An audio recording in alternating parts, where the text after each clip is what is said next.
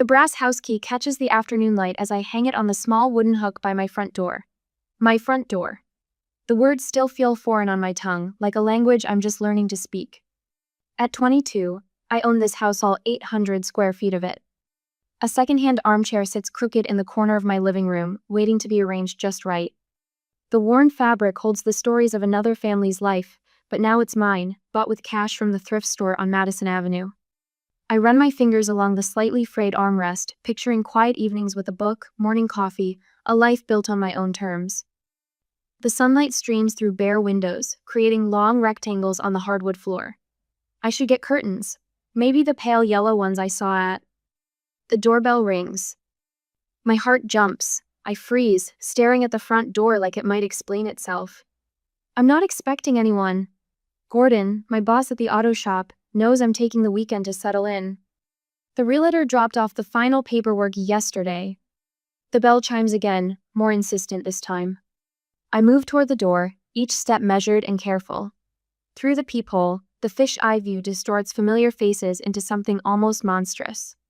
My father, Martin Morgan, stands front and center, his practiced smile too wide. Mother Linda hovers just behind his shoulder, her lips pressed into a thin line. My sister Kayla looks exhausted. Dark circles under her eyes, and around her legs. Oh God. 4 children. 4 small hurricanes of energy are already squirming and pushing at each other on my narrow front porch. My hands tremble as I open the door, just enough to speak through the gap. The security chain draws a hard line between us. Surprise! Father's voice booms across the threshold. We've come to reconnect. Mother peers past me, her eyes scanning what she can see of my living room. Oh, Tessa, what a tiny little house. The smallest child, a boy no more than 3, darts through the gap between my father's legs and under my security chain before I can react. His siblings follow, a stampede of small feet and shrill voices. Kids, wait! Kayla calls weakly, but they're already in my living room. The littlest one makes straight for my bookshelf where Grandpa Harold's photo sits in its simple frame. His sticky fingers reach for the glass. Don't. The word catches in my throat. I'm 17 again, standing in my childhood bedroom. Mother's voice rings in my memory. Kayla needs the space for the nursery.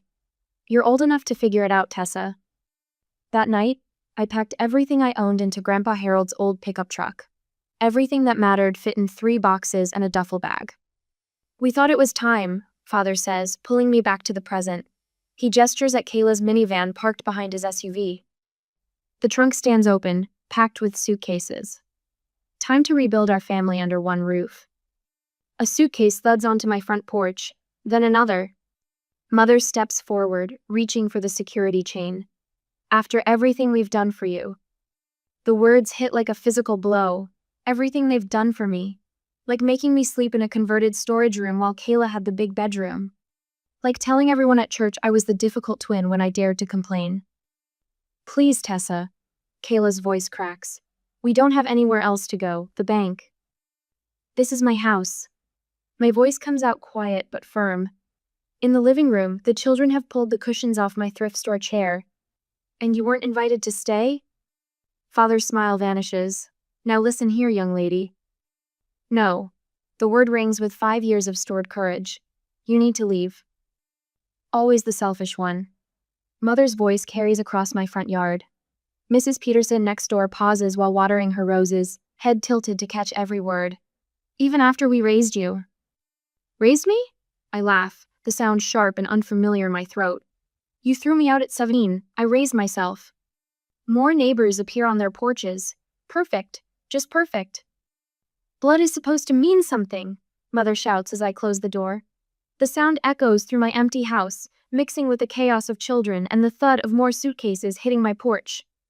I press my back against the door, sliding down until I sit on the floor. Through the wood, I hear Father's muffled voice turning threatening, Mother's theatrical sobs, Kayla's children screaming.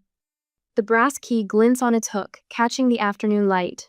My house, my rules, my life. They can't take this from me. But God, they're going to try. 2 days later, the cardboard mailbox flag won't stay up. I fidget with the rusty metal hinge, avoiding the moment I'll have to reach inside. A certified letter waits stark white envelope with its green return receipt card screaming importance. Only bad news comes certified. My fingertips brush the envelope's edge. One quick pull and it's in my hands, heavier than it should be. The return address punches me in the gut. Blackwell and Stone, attorneys at law. I sink onto my front steps, concrete still cool from the morning shade. The perforated edge tears unevenly under trembling fingers. Legal words blur together on crisp letterhead. Notice of civil action, family equity claim, immediate response required. Kayla's name jumps from the page. My twin sister is suing me for my house. The morning sun beats against my neck as I read the letter 3 times, trying to make the words mean something different. They want a judge to force me to share family resources, to sell my home and split the proceeds, because blood is blood and family means equal shares. The letter slips from my fingers. My laptop screen glows until 4 p.m. as I search desperately for answers. Family property rights, sibling real estate claims, legal defense against family lawsuits. The words swim together until I find it. Angela Reeves, attorney at law, specializing in family property disputes. I drain my savings account the next morning. The retainer fee leaves me with exactly $43 until next payday. After I made an appointment with the lawyer, Angela's office smells like leather and lemon furniture polish. Her framed diplomas gleam on the walls, the achievements of someone who knows how to fight and win. Tell me everything, she says, legal pad ready. Leave nothing out. So I do. I tell her about being thrown out at 17, about sleeping in Grandpa Harold's truck until Gordon found me at the auto shop. About 5 years of working myself to exhaustion, saving every spare dollar, learning to fix engines and balance books and survive. Angela takes notes in swift, sharp strokes. Her glasses catch the afternoon light as she peers at me over their silver frames. And your grandfather, Harold Morgan, did he ever mention leaving anything for you? Money, property, any kind of inheritance? The memory hits like a physical blow. Grandpa Harold's weathered hands on my shoulders, his voice rough with emotion. You'll be taken care of, little one, I promise. When you turn 18, there'll be money for college, for a fresh start. He died 3 months later. I never saw a dime. Angela's fingers fly across her keyboard. Bank records appear on her monitor statements from an account I never knew existed, $76,000 earmarked for my education. Withdrawn 2 days after my 18th birthday. My parents' signatures mock me from the transfer papers. Martin and Linda Morgan cleaning out their dead father's account while I slept in a pickup truck. The room tilts sideways. 5 years of struggle, 5 years of minimum wage jobs and aching muscles and cold nights, all because they stole what was meant to be my fresh start. We have them, Angela says, her voice steady and sure. We're filing a countersuit for fraud and inheritance theft. But I need everything, work records, bank statements, photos of where you lived, anything that shows how you survived after they kicked you out. I bring her a cardboard box the next day, every pay stub from every job, bank statements showing my slow climb from poverty. Photos Gordon took of me sleeping in the truck, proof for if I ever disappeared. He thought my parents might report me missing, try to force me home. They never did. We need character witnesses, Angela says, spreading the evidence across her desk. People who can testify about your work ethic, your honesty. Gordon, I say immediately. From the auto shop. He's the one who found me, gave me a chance. The same day, 3 hours later, Gordon arrives at Angela's office in his good flannel shirt, the one he saves for special occasions. His hands are clean, but the motor oil stains remain ground into his knuckles. He tells Angela everything, finding me curled up in the truck, offering me work instead of charity, watching me learn every aspect of auto repair through sheer determination. Never seen anyone work harder, he says, pride warming his gruff voice. 16-hour days sometimes between the shop and her night jobs. Never complained once. Angela's pen scratches across her legal pad. And you provided her shelter eventually? In the shop's back room? Wasn't much, Gordon says. But it was warm, had a bathroom, gave her a proper door with a lock, first safe place she'd had since they threw her out. My throat tightens. I stare at my hands, calloused and capable. The hands that built my life from nothing while my family lived off my stolen inheritance. Miss Morgan, Angela says, shuffling papers into a neat stack. Based on the evidence, we have an extremely strong case for fraud. The inheritance account was legally designated for you. Your grandfather's wishes were clearly documented. Your parents had no right to touch that money. She names a figure for damages: $76,000 plus interest plus emotional distress plus legal fees. The number would change my life. Again. Will it be enough? I ask. To make them stop trying to take my house?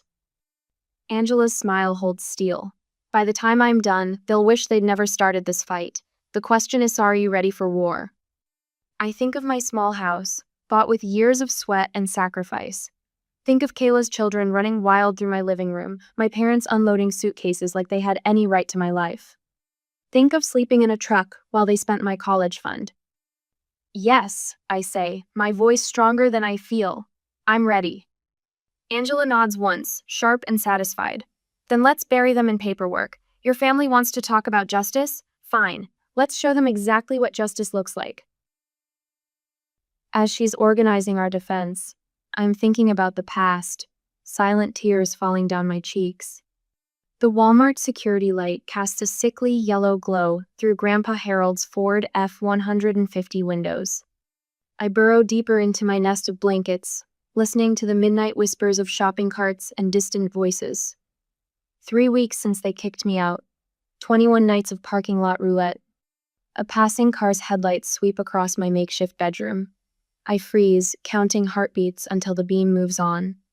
The tarp stretched over the truck bed rustles in the autumn wind. My fingers find the familiar notch in Harold's worn steering wheel, the spot where his thumb had rubbed the leather smooth over decades of early morning drives. The dashboard clock blinks 4:47 a.m. Time to move. The gas station on Maple opens at 5, and Susan, the morning clerk who pretends not to notice me washing up in the bathroom, starts her shift at 6. My routine unfolds like a familiar dance. Gather clean clothes from the glove compartment, tuck my toothbrush into my pocket, slip on shoes without untying them. The station's fluorescent lights hum as I splash cold water on my face. The mirror shows dark circles under my eyes, but my uniform for the diner job is clean, pressed against the truck's back window while I slept. No one will know I spent the night in a parking lot. Order up, Clyde bellows from the kitchen. I balance 3 plates of eggs along my arm, serving them with a smile that costs more energy than carrying the food. 8 hours of, "Can I get you anything else, hon?" Later, I'll stock shelves at the drugstore until midnight. The envelope marked, "Someday home," grows thicker by the day, but never thick enough. Every 48 hours, I move the truck. Tonight, it's the strip mall behind the abandoned Kmart. Tomorrow, the park and ride by the interstate. Keep moving. Stay invisible. The police car that cruises past at 2 a.m. doesn't see the 17-year-old girl curled under a tarp. Just another old truck in a city full of them. The October rain turns to sleet, drumming against the metal roof. My breath fogs the windows as I huddle in the cab, too cold to sleep in the truck bed. The auto shop's red neon sign reflects off the wet pavement. Gordon's Automotive Repair. Their lot is dark, sheltered by oak trees. Just for tonight, I think. Just until the storm passes. Thunder cracks. I jolt awake to knuckles rapping on my window. A man with steel gray hair and lined features peers in, concern etched in the creases around his eyes. My heart pounds. I grab Harold's old wrench from under the seat, ready to run, fight, survive. Shop opens in 10 minutes, he says, voice gruff but steady. Not angry, not threatening, just stating a fact. Could use someone to sweep up. Pays $8 an hour. The wrench trembles in my hand. I don't need charity. Good, because I'm not offering any. You want the job or not? My fingers uncurl from the wrench. Through the rain-streaked glass, I study his face. No pity, no judgment. Just the simple math of work and wages. The shop smells of oil and rubber, metal and possibility. Gordon shows me where to find the broom, points out which areas need sweeping. By noon, I'm organizing his filing cabinet. By closing, I'm answering phones, writing up service tickets, learning the difference between synthetic and conventional oil. You sleep in the truck. You lock the gate when you leave. Gordon says that night, dropping a ring of keys on the desk. Not asking, not judging, just offering facts and choices. Weeks blur into months. Gordon teaches me to change brake pads, replace alternators, diagnose engine knocks. The gas station job stretches from 7 to midnight, every dollar another brick in the foundation of my future. I take online accounting classes between oil changes, study manuals during lunch breaks. Girl doesn't know what she's talking about. A customer sneers when I tell him his timing belt needs replacing. Get me a real mechanic. Gordon's footsteps crunch on metal shavings. He doesn't speak, just stands behind me, arms crossed, waiting.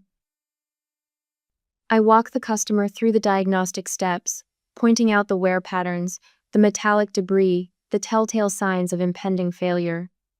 My voice stays steady, technical, sure.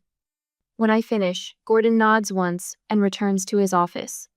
The customer schedules the repair. The back room becomes my sanctuary. A narrow cot, a small dresser, a lamp for late-night studying. No more parking lot roulette. No more sleeping under tarps. My first bonus check goes into an envelope marked "Someday Home." The stack of bills grows slowly, but it grows. Winter melts into spring, melts into summer. My knowledge expands with the seasons, transmissions, electrical systems, computer diagnostics. The line of customers requesting the girl mechanic stretches longer. My saving account inches upward, dollar by dollar, dream by dream. The realtor blinks at my credit report. 5 years of documented income. 0 debt. A down payment saved penny by precious penny. You've never missed a payment on anything, she says, shuffling through papers. Not one late mark. She brings me back to reality, and I wipe my tears. Later that night at home, I am thinking about the moment when I first came here a month ago. I signed the mortgage documents with Harold's old pen, my hand steady. The key felt light in my palm, but it anchored me to the earth. My own walls, my own roof, my own life, built from the ground up.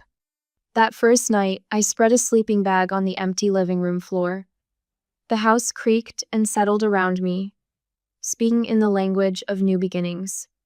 Through the window, I watched stars wheel across the sky, each one a pinprick of light marking the distance traveled from that first night in the Walmart parking lot. I was thinking tomorrow I'd buy furniture, paint walls, plant flowers in the soil I own, but that night I lay there in the quiet, listening to the sound of freedom. It whispers through empty rooms like a prayer of thanksgiving, blessed by the ghosts of parking lots past, and the grease-stained angels who taught me to build an engine, rebuild a life. The darkness holded no terror now. I've learned its language, mapped its territories, and claimed my space within its borders. Each breath draws in the scent of possibility, exhales the last traces of fear. I closed my eyes, finally allowing sleep to come, knowing I'll wake in the same place I lay down. Home. The word echoes through my chest like a benediction, like a promise kept, like the sound of a key turning in a lock that opens to rooms of my own making. Let them ask what I would have done in these work boots, how I chose to build rather than break. The answer lives in every mile driven, every hour worked, every dollar saved. It lives in the quiet triumph of this moment, lying on the floor of a house that belongs to me, surrounded by walls I earned, sheltered by a roof I paid for with sweat and determination, and the simple refusal to be broken. This is how you rise. This is how you rebuild. This is how you come home to yourself. 2 days later, the timeline on Angela's wall tells my story in post-it notes and red string. 5 years of calculated manipulation by the people who should have protected me, mapped out in stark black ink. My eyes track from note to note. Parents' empty inheritance account minus $76,000. Kayla's destination wedding in Maui. Down payment on Linda's new SUV. Angela taps a yellow post-it near the bottom. This is where they started watching your house. I nod, remembering Mrs. Peterson's worried face at my door last week. Someone called asking if I'd seen any strange men visiting, said they were concerned about my mental state.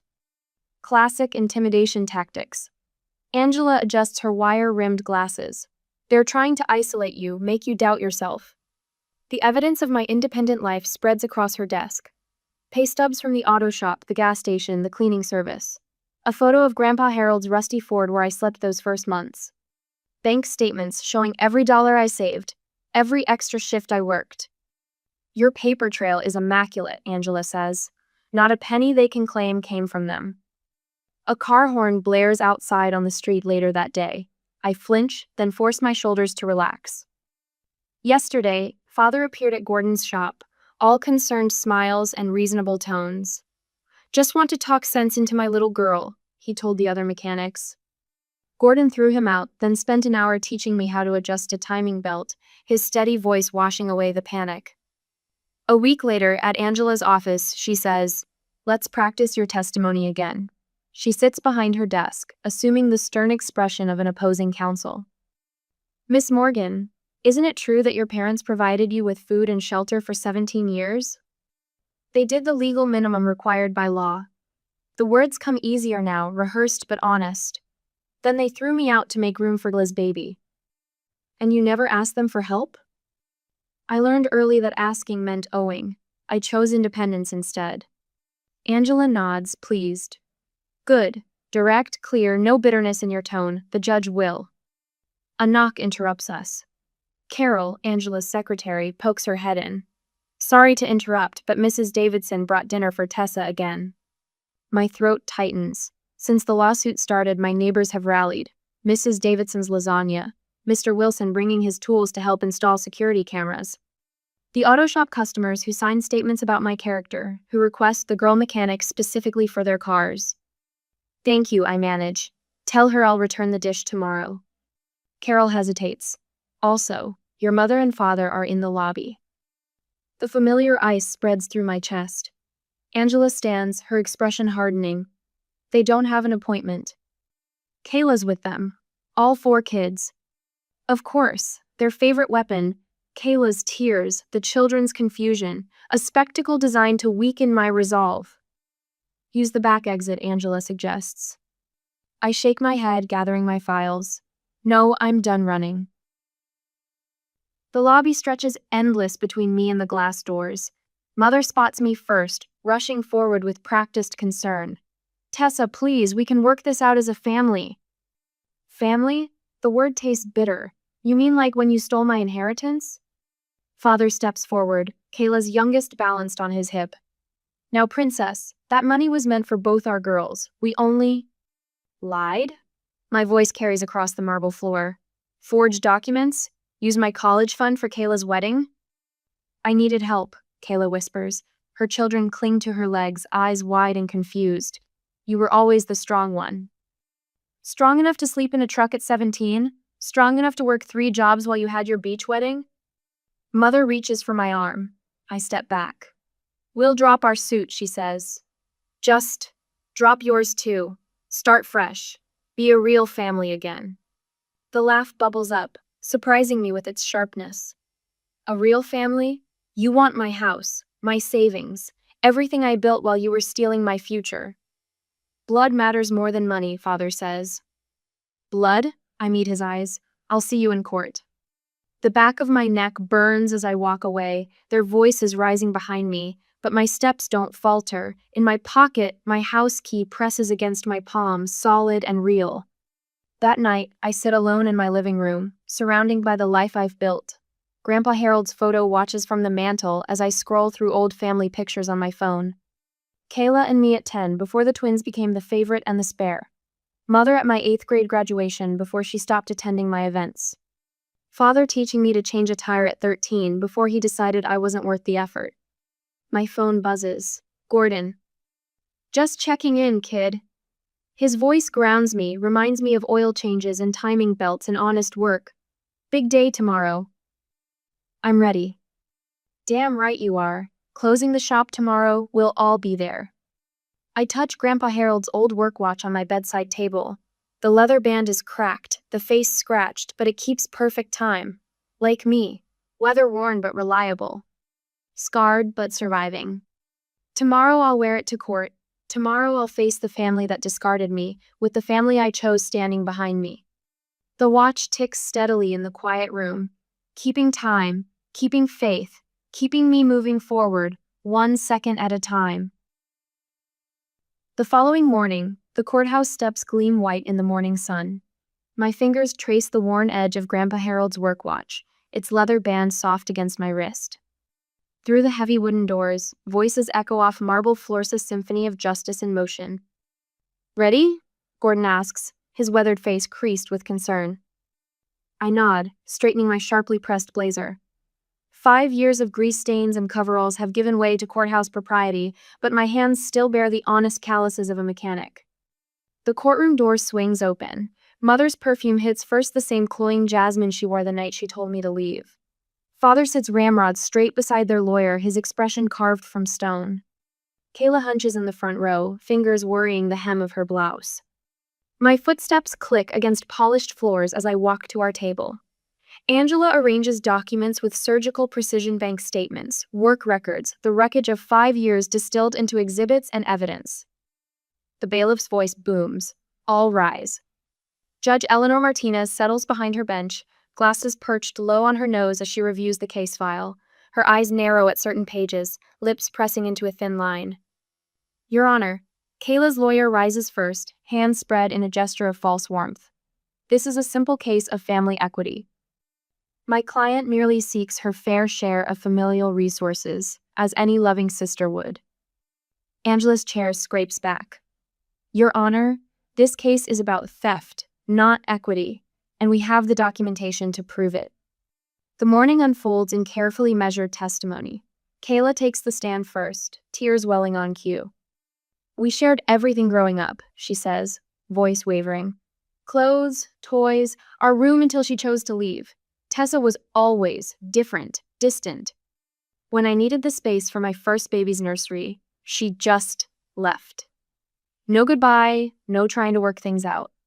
And now she won't share this blessing of a home with her own family in their time of need. My fingers curl against the smooth wood of our table. 5 years of carefully built control keeps my face neutral, even as old wounds throb beneath my skin. Father testifies next, his familiar pastor's voice ringing with authority. The inheritance was meant for both girls, of course. Harold would have wanted that. We simply managed it as loving parents should. And these credit card statements? Angela holds up a stack of papers. The cruise to Alaska, the new car, the country club membership. Were those purchases also made with loving parental wisdom? Color floods Father's face. We deserved, he catches himself. That is, we thought it best to maintain certain social obligations, for the family's reputation. The family's reputation, Angela repeats slowly. And was it for the family's reputation that you allowed your 17-year-old daughter to sleep in a truck? Mother's sharp intake of breath cuts through the courtroom. Gordon's testimony comes like hammer blows against their carefully constructed lies. Found her curled up in that old Ford middle of January. Frost on the windows thick as your thumb. His voice carries the weight of remembered anger. Worked harder than any 3 people I've known. 16-hour days, sometimes more. Never complained, never asked for handouts.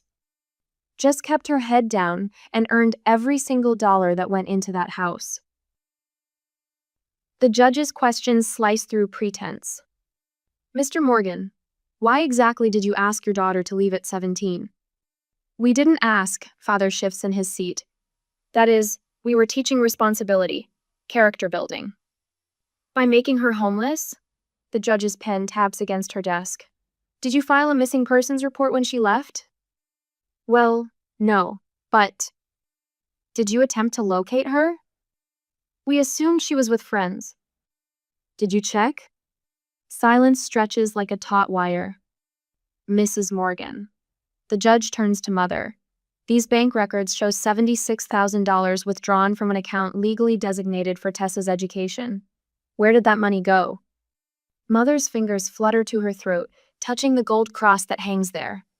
Family expenses, Kayla's wedding, the nursery, things any mother would. Things explicitly forbidden by the terms of the inheritance. The judge closes the file with finality. I've heard enough. The verdict falls like summer thunder. The plaintiff's case is dismissed with prejudice. Each word rings against marble walls. Furthermore, I find in favor of the defendant's counter suit. The defendants, Martin and Linda Morgan, are ordered to repay the full amount of $76,000 plus 5% annual interest calculated from the date of withdrawal.